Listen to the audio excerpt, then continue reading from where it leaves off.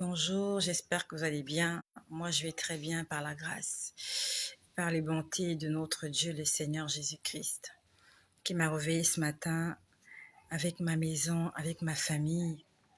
Je lui suis très reconnaissante. Je lui suis totalement reconnaissante.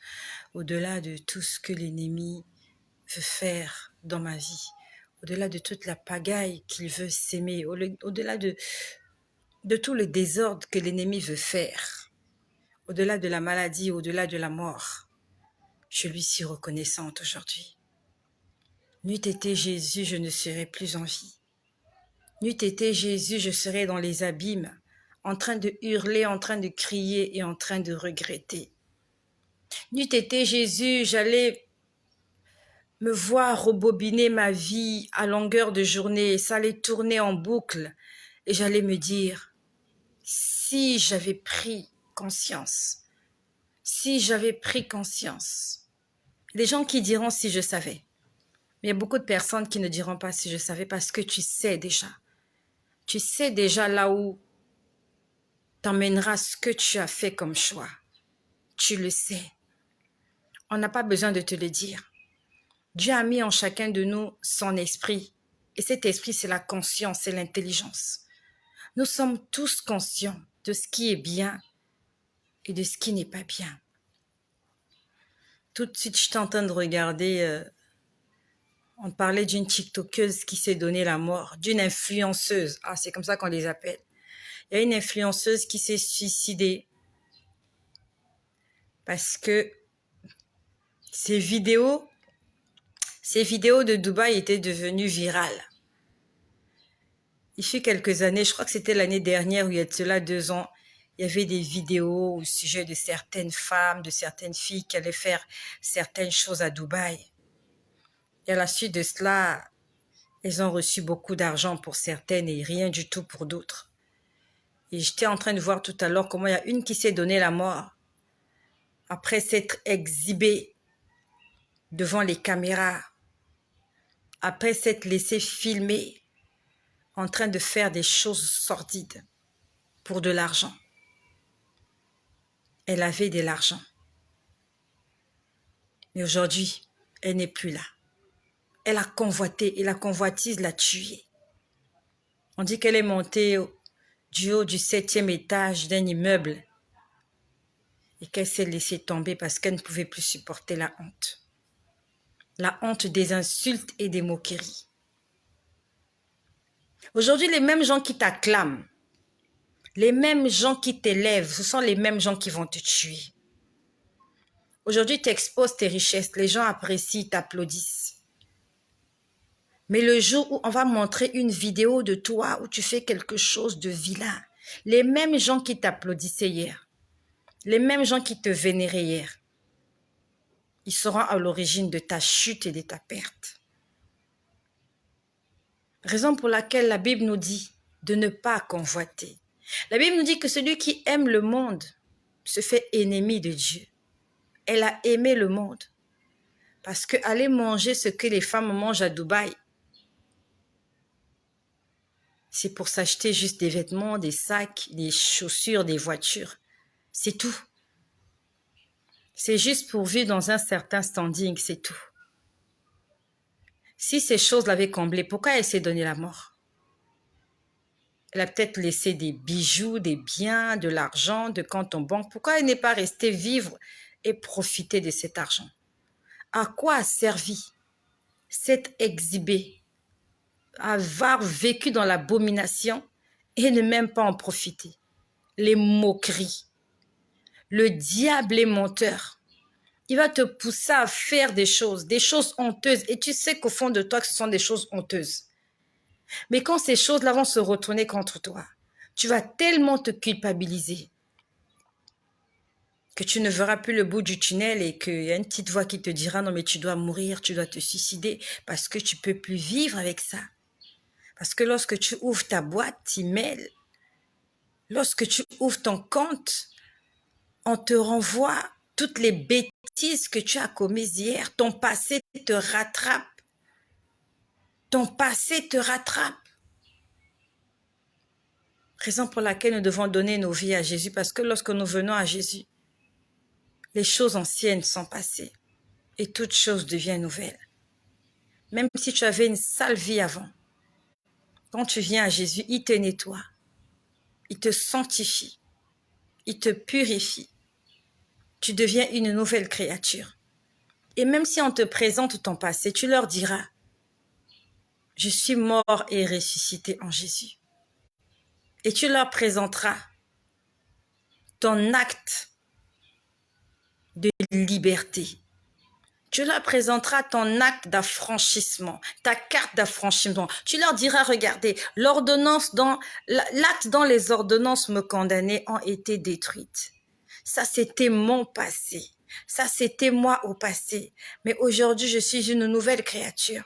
Même si vous avez vu ma nudité, même si vous avez vu mon péché, mais Jésus-Christ m'a purifié, m'a sanctifié. Et le Saint-Esprit te donnera la force d'avancer et de continuer à vivre malgré les moqueries et malgré les insultes.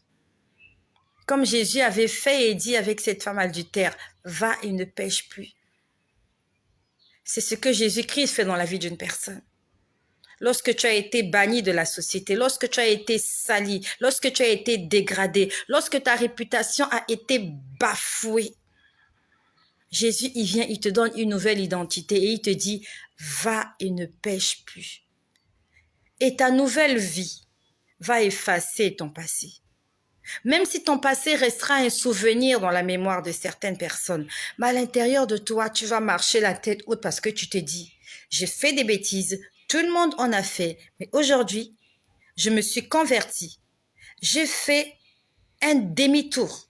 J'ai tourné à 360 degrés et j'ai pris la décision de servir et de marcher conformément à Jésus-Christ. Elle est morte, elle est partie.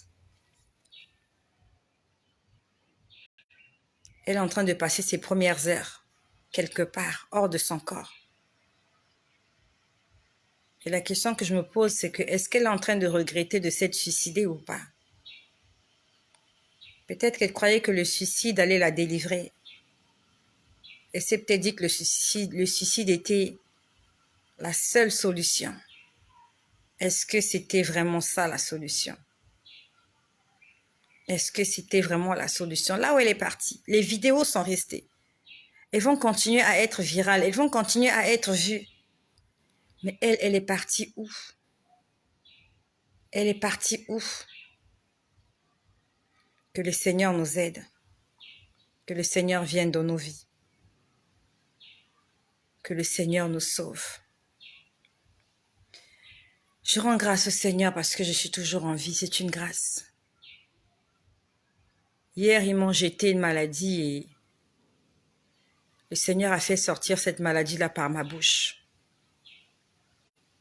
Et ce matin, j'étais en train de faire le ménage. J'étais en train de balayer la cour ce matin. Et j'étais en train de réaliser que je ne suis pas malade. Alors que hier, je me sentais très mal.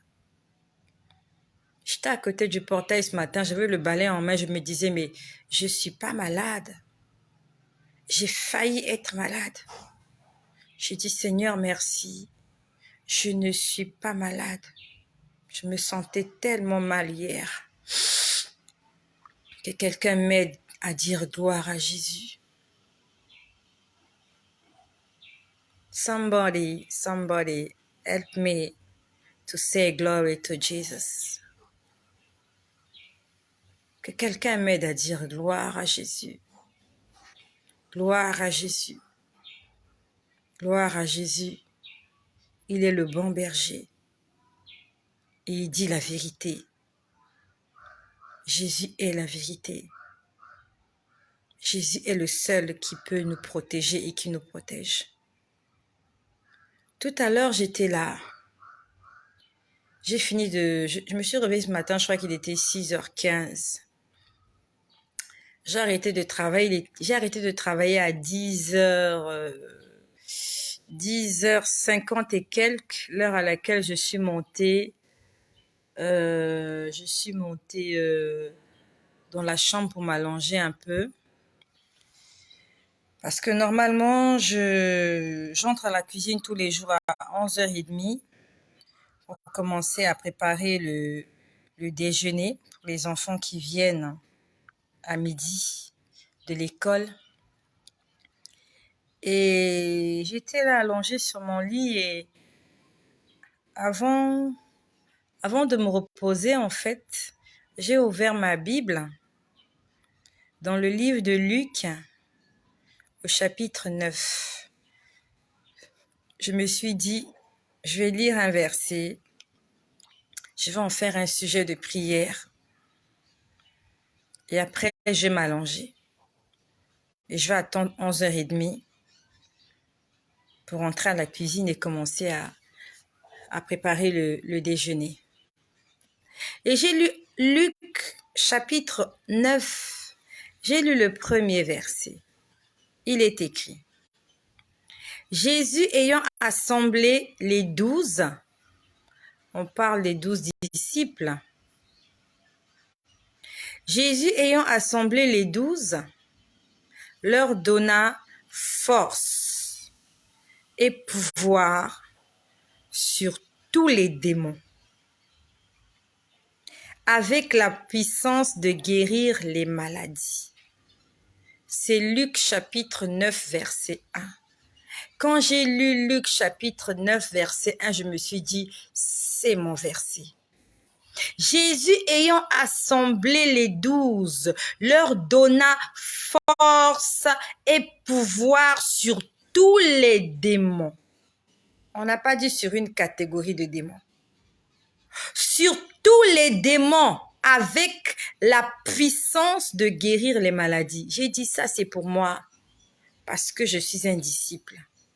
C'est quoi un disciple? Un disciple, c'est une personne qui prend la décision de se soumettre à une certaine discipline.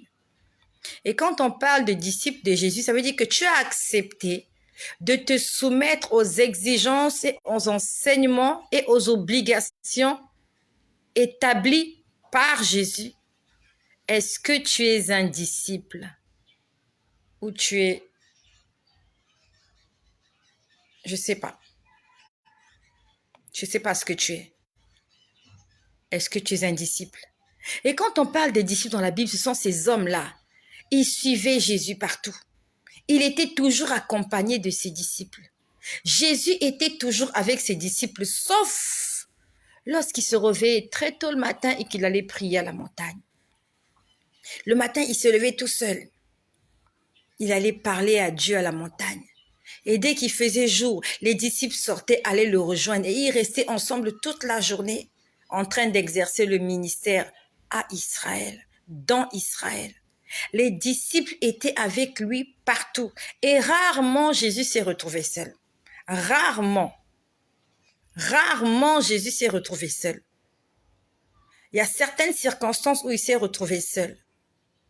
Quand il était avec la femme samaritaine, les disciples l'avaient laissé un moment. Mais rarement il était seul. Il était toujours accompagné de ses disciples. Est-ce que tu es un disciple de Jésus? Est-ce que partout là où Jésus est, tu y es? Est-ce que partout là où tu es, Jésus est avec toi? Ou bien tu es disciple de temps en temps? Ou tu es un disciple infidèle? Donc j'ai pris ce verset pour moi, j'ai dit, Seigneur, quand c'est comme ça, tu ne demandes plus. Parce que si la Bible dit qu'il a rassemblé ces 12, ça veut dire que c'est lui-même qui avait pris l'initiative. Ce ne sont pas les disciples qui lui ont dit, Maître, donne-nous le pouvoir. Non.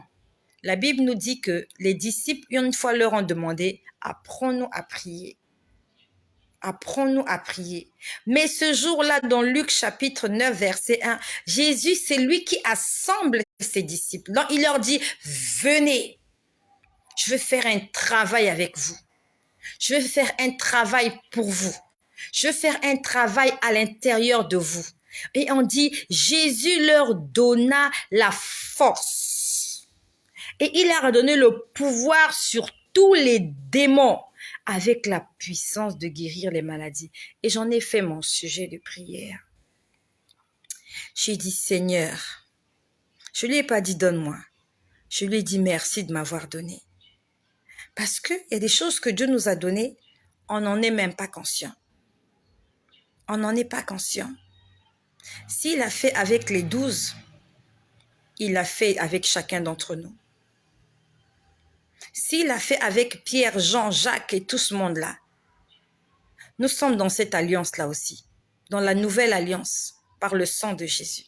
Et nous bénéficions de tout ce que Jésus a fait lorsqu'il était encore sur la terre, en chair et en os.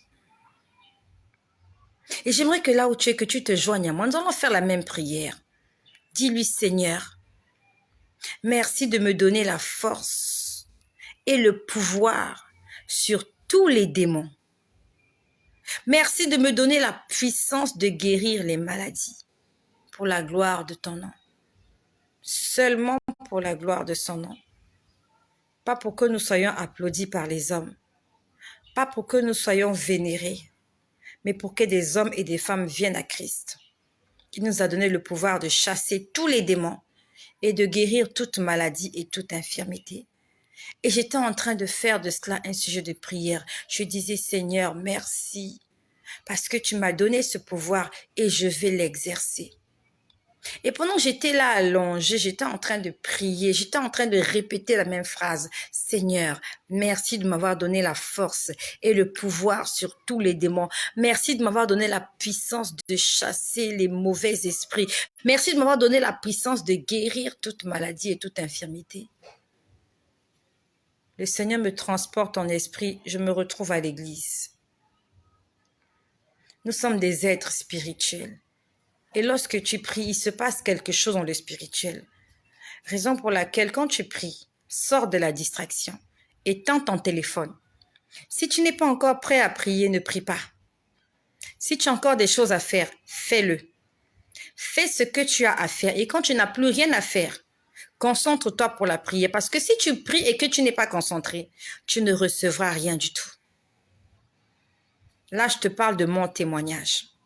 Lorsque je monte dans ma chambre, prendre ma Bible, la lire et passer du moment avec le Seigneur, c'est quand j'ai fini de tout faire. Là, pendant que je vous parle, j'ai fait à manger, j'ai servi les enfants, j'ai tout nettoyé, tout est propre, je suis rentrée, là, je n'ai plus d'obligation. Là, maintenant, si Dieu me parle, je suis concentrée. Les enfants sont repartis à l'école, c'est calme. Là, je sacrifie mon après-midi avec le Seigneur. Tant que tu as quelque chose à faire, ne prie pas. Sinon, tu seras distrait. Et tu vas perdre ton temps.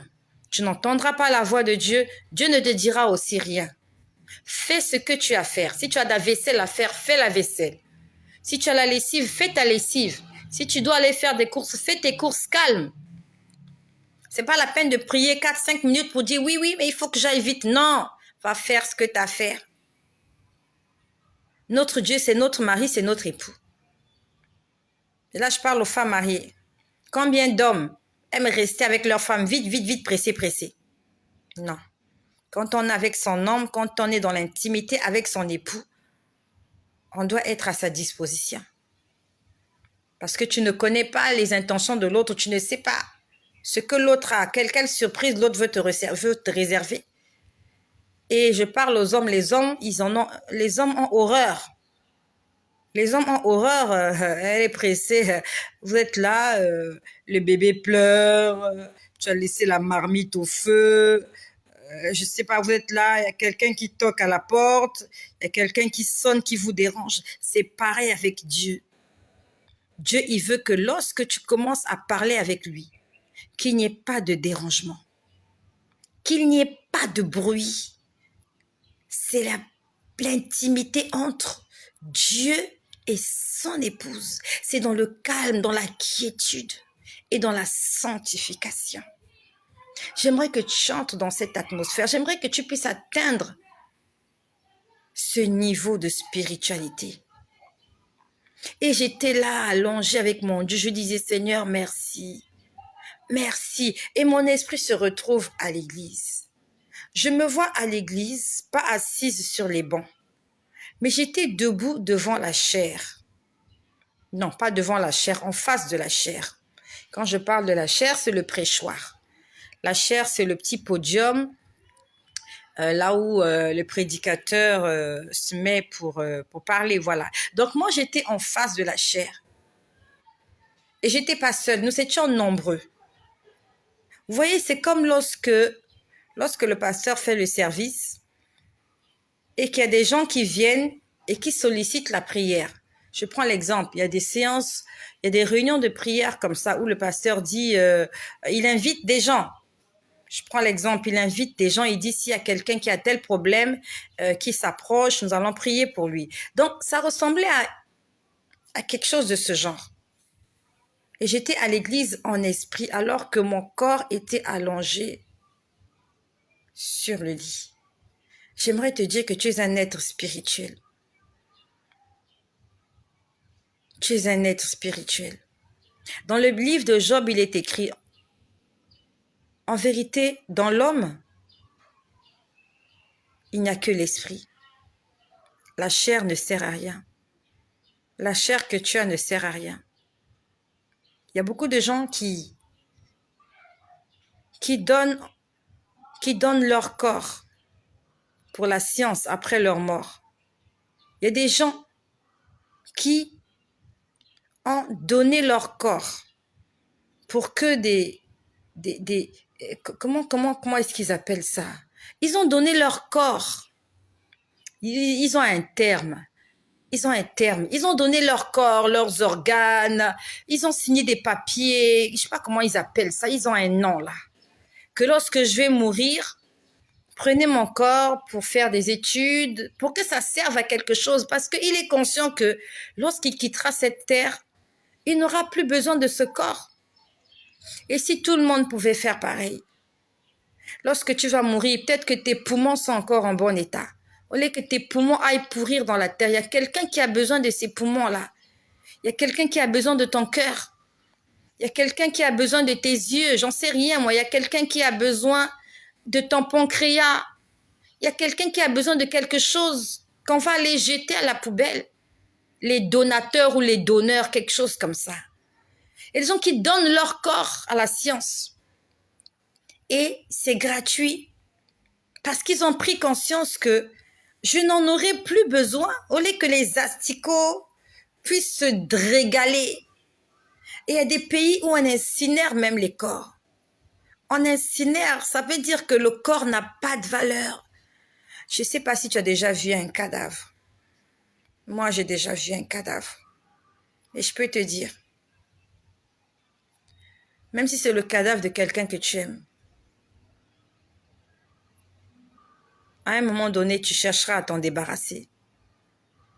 Parce que tu auras compris que ça ne sert à rien de garder cette enveloppe-là. Ça ne sert à rien.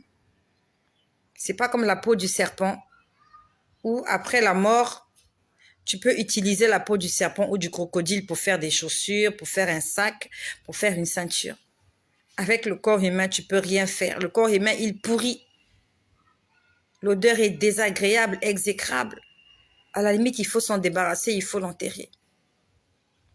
Que le Seigneur nous fasse, que le Seigneur nous aide à accepter cette vérité-là, que ce corps, il est passager. Les désirs que tu ressens, les désirs que tu ressens pour les femmes, les désirs que tu ressens pour les hommes, les désirs que tu ressens pour le péché. Un jour, tu vas regretter tout ça. Un jour, tu vas le regretter. En fait, tu diras juste, mais j'ai perdu mon temps. J'ai perdu mon temps. Donc, pendant que j'étais en train de dire merci au Seigneur pour cela, et je désirais à l'intérieur de moi que le Seigneur me donne réellement le pouvoir et la force sur tous les démons et la puissance de guérir toute maladie et toute infirmité. Je me vois en face de la chair. Et on était nombreux. Je te parle de quelque chose de spirituel. Ce que je te dis, c'est spirituel. Et que le Seigneur te fasse entrer dans cette dimension où lorsque tu pries, tu vois ce qui se passe dans le spirituel. Et en attendant que tu le vois, j'aimerais te dire que lorsque tu pries avec ton cœur, il y a quelque chose qui se passe. Raison pour laquelle quand tu pries, entre dans ta chambre, ferme la porte. Déconnecte-toi du monde. S'il y a du bruit, tu fermes tes fenêtres, tu te concentres. S'il y a trop de bruit, tu mets des écouteurs. Concentre-toi. Il va se passer certainement quelque chose. À 100%, il se passera quelque chose. Même si tu n'as rien vu, même si tu n'as rien senti, même si tu n'as rien entendu, il se passe quelque chose quand tu pries. J'étais en face de la chair. J'étais en face de la chair. Nous étions nombreux. Et il y avait un homme qui était en train de prêcher. Je ne peux pas le décrire. Je sais juste qu'il avait porté un ensemble de couleurs marron. C'était un homme qui prêchait. Je ne voyais pas son visage. J'avais l'impression que son visage était brouillé. Et pendant que j'étais là, en esprit, debout, en face de la chair, cet homme-là a quitté le haut de la chair du podium. Il est descendu à notre niveau. Et il était en train de venir vers moi. Pendant que j'étais en train de dire, Seigneur, merci de me donner la force et le pouvoir sur tous les démons avec la puissance de guérir les maladies. Je voyais un homme s'approcher de moi alors que mon corps était allongé sur mon lit. Mon esprit était debout quelque part dans une église. Et il y a un homme qui était là. Je suppose que c'était un pasteur. J'ai pas vu son visage. Son visage était brouillé. Il est descendu à notre niveau. Il avait un micro en main. Je ne sais pas qu'est-ce qu'il était en train de prêcher. Je ne sais pas. Je n'ai pas entendu ce qu'il disait. Mais il s'est dirigé vers moi. Il venait vers moi. Et je me posais la question, mais pourquoi cet homme vient vers moi? En fait, tout en priant, je me posais la question, mais pourquoi il vient vers moi? Et j'avais l'impression que non seulement il venait vers moi, mais c'est comme si j'étais attirée vers lui. Donc, j'étais attirée comme un aimant. Comme un aimant. J'avais l'impression que je l'attirais et il m'attirait. Et quand il est arrivé en face de moi, il a pris sa main droite, il l'a mis sur ma tête, il a dit « Reçois ». Il me l'a dit, il a dit, en fait, pas qu'il a dit, mais dans mon esprit, j'ai entendu qu'il me disait « Reçois ce que tu me demandes ». Et il m'a pas donné ce que je demandais. Quand il a dit « Reçois », j'étais consciente qu'il m'a donné le Saint-Esprit. Ça sera difficile pour certaines personnes. Moi, j'étais en train de dire merci pour la force et le pouvoir qu'il m'a donné sur les démons et sur la puissance qu'il m'a donné de guérir les maladies. Mais lui, il m'a dit, reçois le Saint-Esprit. Ça veut dire que quand tu as le Saint-Esprit, quand tu as reçu le Saint-Esprit, tu as reçu la force et le pouvoir sur tous les démons et tu as reçu la puissance de guérir les maladies. En fait, c'est comme si tu n'as plus besoin de le demander. Quand Dieu te donne le Saint-Esprit, quand le Saint-Esprit vient habiter en toi, tu deviens maître de tous les démons et tu as la faculté de guérir toute maladie et toute infirmité. Il ne m'a pas dit « reçois la puissance de chasser les démons ». Ce n'est pas ce qu'il a dit. Il m'a dit, il a mis sa main droite sur ma tête, il a tapé comme ça. Il a dit, reçois. Et quand il a dit, en fait, pas qu'il a dit, mais j'ai entendu son cœur parler pour me dire, reçois le Saint-Esprit. Et quand j'ai vu ça, je dis, au fond du cœur, je disais, Seigneur, merci pour le Saint-Esprit. Merci pour le Saint-Esprit. Et pendant que je disais merci pour le Saint-Esprit, je voyais un démon fuir. Oh, Jéhovah. Je voyais un démon fuir. Et ce démon-là ressemble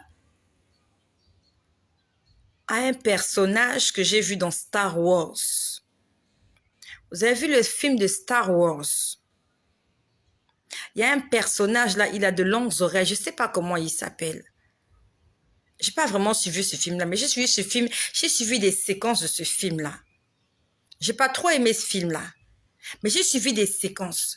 Et quand je disais « Merci Seigneur pour le Saint-Esprit », je voyais un démon en train de fuir. Il me regardait, il fuyait de lui-même. Il fuyait de lui-même.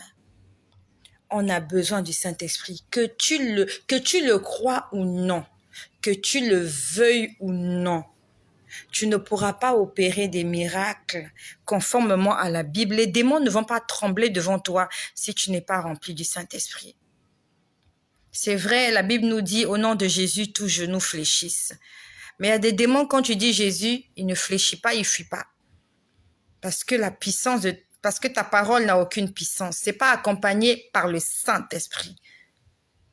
Il y a une différence entre prononcer le nom de Jésus sans Saint-Esprit et prononcer le nom de Jésus avec la puissance du Saint-Esprit.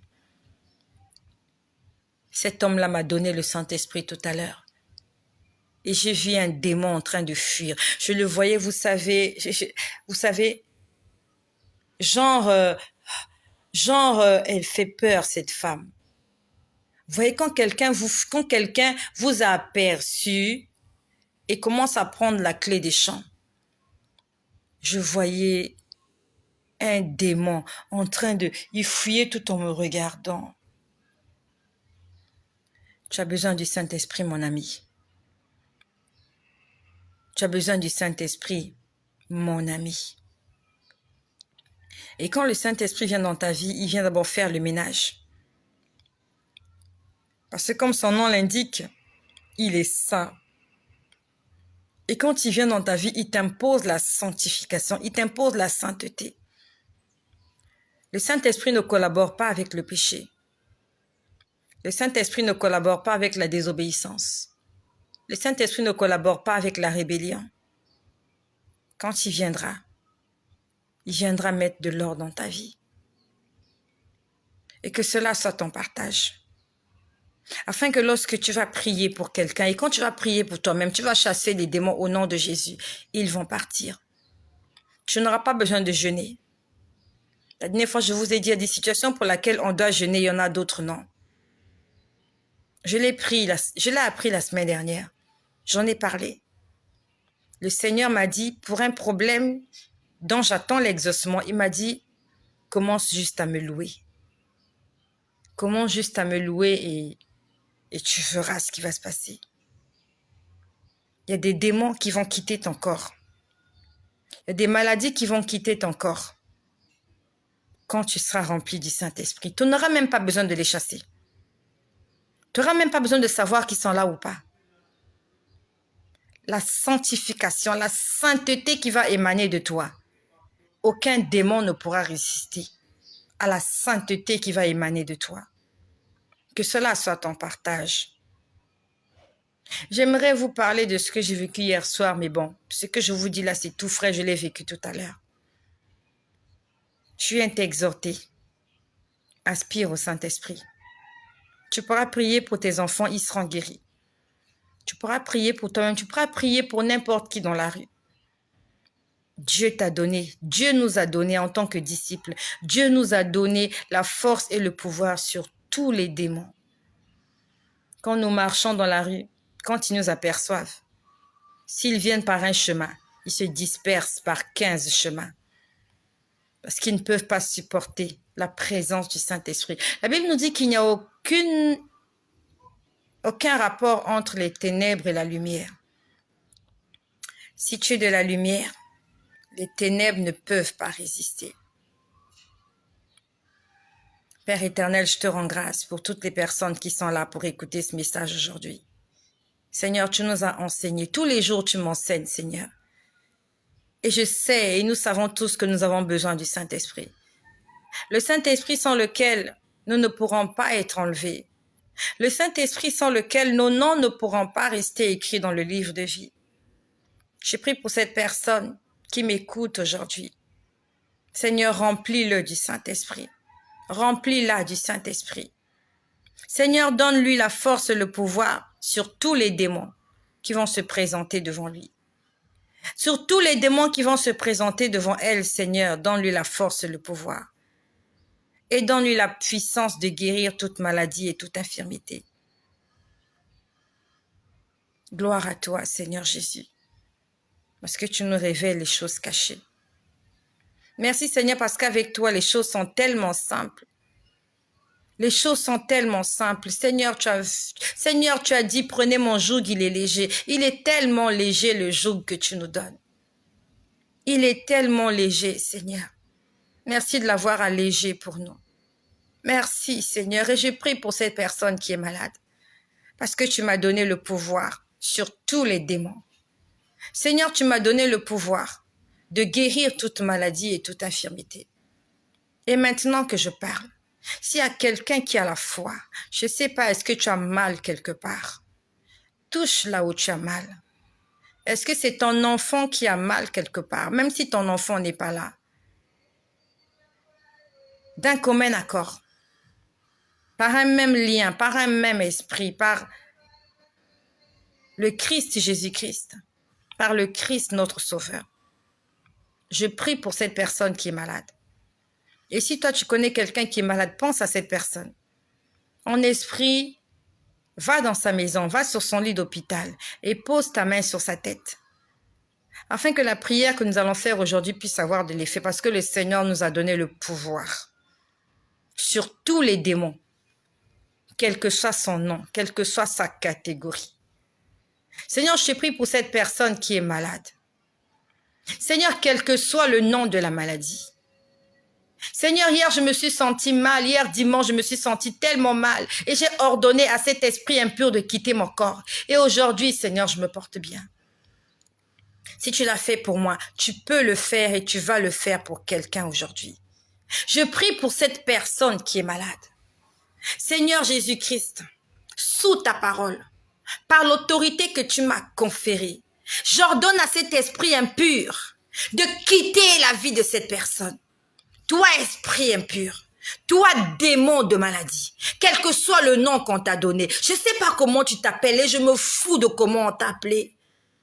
Au son de ma voix, j'ordonne que tu libères la vie de cette personne, afin que cette personne sache qu'il n'y a pas un nom au-dessus du nom de Jésus.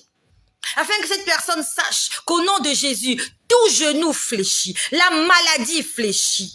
La pauvreté fléchit, les angoisses fléchissent, la tristesse fléchit, la méchanceté fléchit. Les pleurs se mettent à genoux devant le nom de Jésus. La schizophrénie, la folie, l'épilepsie, le Covid, le VIH. Je ne sais pas comment tu t'appelles, toi, esprit impur, mais je t'ordonne par la puissance du nom de Jésus. J'ébranle tes fondements. J'ébranle tes fondements. Je te déracine. Tout arbre qui n'a pas été planté par mon Père dans la vie de cette femme qui m'écoute. Tout arbre qui n'a pas été planté par mon Père dans la vie de cet homme qui m'écoute. Toute sémence qui n'a pas été plantée par le Dieu Tout-Puissant dans la vie de cet enfant, quel que soit là où il est, dans la vie de cette personne âgée, dans la vie de ce bébé, au nom puissant de Jésus. Même si c'est quelqu'un qui est en train de mourir dans le coma, s'il entend ma voix, j'ordonne la résurrection de cette personne. J'ordonne la restitution de ce qu'on a volé. J'ordonne la restauration. J'ordonne la bonne santé, la force, la vitalité, la vigueur au nom puissant de Jésus. Toi, esprit impur, tu peux pas résister. Je t'ordonne de fléchir tes genoux. Et je prie au nom de Jésus que cette personne va témoigner de la gloire de Dieu. Cette personne témoignera, j'étais malade, mais Jésus-Christ m'a guéri. J'étais mort, mais aujourd'hui Jésus m'a donné la vie. J'étais triste, Jésus-Christ m'a donné la joie. J'étais angoissée, Jésus-Christ m'a donné la force d'avancer. J'étais pauvre et malheureux, mais aujourd'hui en Jésus-Christ, je suis riche et restauré. Pour la gloire de Jésus, reçois ton miracle, reçois ta guérison, reçois ton rétablissement, reçois la restitution de tout ce qu'on t'a volé. Au nom de Jésus, j'ordonne le métabolisme, un métabolisme spirituel, que quelque chose de spirituel commence à se passer à l'intérieur de toi, dans tes nerfs, dans tes neurones, dans ton âme, dans ton esprit, dans ton sang, à l'intérieur de toi. Il va se passer quelque chose d'extraordinaire que tu ne sauras pas expliquer. Ça s'appelle la puissance du surnaturel. Au nom puissant de Jésus, Reçois-le. Seigneur, dans ta parole, tu as dit qu'un homme ne peut donner que ce qu'il a. Et ce que tu m'as donné, c'est le Saint-Esprit. Que ce Saint-Esprit coule maintenant. Tu as dit que tu feras de nous des sources d'eau vive qui jailliront. Elles jailliront, Seigneur éternel, jusque sur les extrémités de la terre. Seigneur, que ce que tu as mis en moi puisse jaillir comme des flots et que ça ne s'arrête pas dans la vie de toutes les personnes auxquelles tu m'as connecté. Oh Dieu Tout-Puissant, ce n'est pas en mon nom que je parle aujourd'hui. Ce n'est pas au nom de mon père Xavier. Ce n'est pas au nom de ma mère Delphine que je parle aujourd'hui. Ce n'est pas en mon nom Estelle que je parle, Seigneur. Mais c'est en ton nom. Père, glorifie-toi. Glorifie-toi, Seigneur. C'est toi qui m'as choisi. Et tu m'as dit, tu vas le leur dire. Seigneur, je prie que tout ce que je fais soit accompagné par des prodiges, des miracles, par des guérisons extraordinaires, afin que le monde sache que c'est toi qui m'as envoyé, afin que le monde sache que tu existes et que tu n'as pas changé, que ce que tu as fait avec Abraham, Isaac et Jacob, que ce que tu as fait avec David, ce que tu as fait avec les disciples, ce que tu as fait avec Paul, Jacques, Jean, Seigneur, tu n'as pas changé, tu es toujours le même. Que le monde entier sache, Seigneur, que tu travailles au travers de moi, que je sois visible, Seigneur éternel, par toi. Seigneur éternel, que je m'éteigne, que je m'efface, mais que toi, tu sois visible. Seigneur, que ce soit ton visage qu'on voit, que mon visage disparaisse, que ma voix disparaisse, mais que toi, Saint-Esprit, que tu parles dans le cœur de quelqu'un, même dans le cœur le plus endurci, toi qui sondes les cœurs et les reins. Seigneur, que ta parole, qui est une épée à double tranchant, puisse sectionner maintenant âme, esprit, corps, jointure, moelle, par la puissance du nom de Jésus. Merci Seigneur pour la séparation qu'il y a maintenant entre notre esprit et notre corps. Merci de ce que nous allons nous soumettre à la voix de l'esprit et que nous allons bannir tous les désirs charnels par la puissance du nom de Jésus. Je te remercie de ce que tu m'exauces et que tu m'as toujours exaucé. Que toute la gloire te revienne. Que toute la gloire te revienne, Seigneur. Qu'une personne qui m'écoute, qui a mal aux pieds, il y a quelqu'un qui a mal aux pieds, tu as des difficultés pour marcher. Tu as des difficultés à marcher. Tu sens des fourmillements dans ton corps, dans tes pieds. Ça se passe avec tes pieds. Au nom de Jésus. Au nom de Jésus, j'ordonne que tu te lèves. Et que ce mal te quitte maintenant. Sois guéri maintenant. Sois guéri maintenant. Et quand tu seras guéri, témoigne de ce que Jésus-Christ a fait pour toi.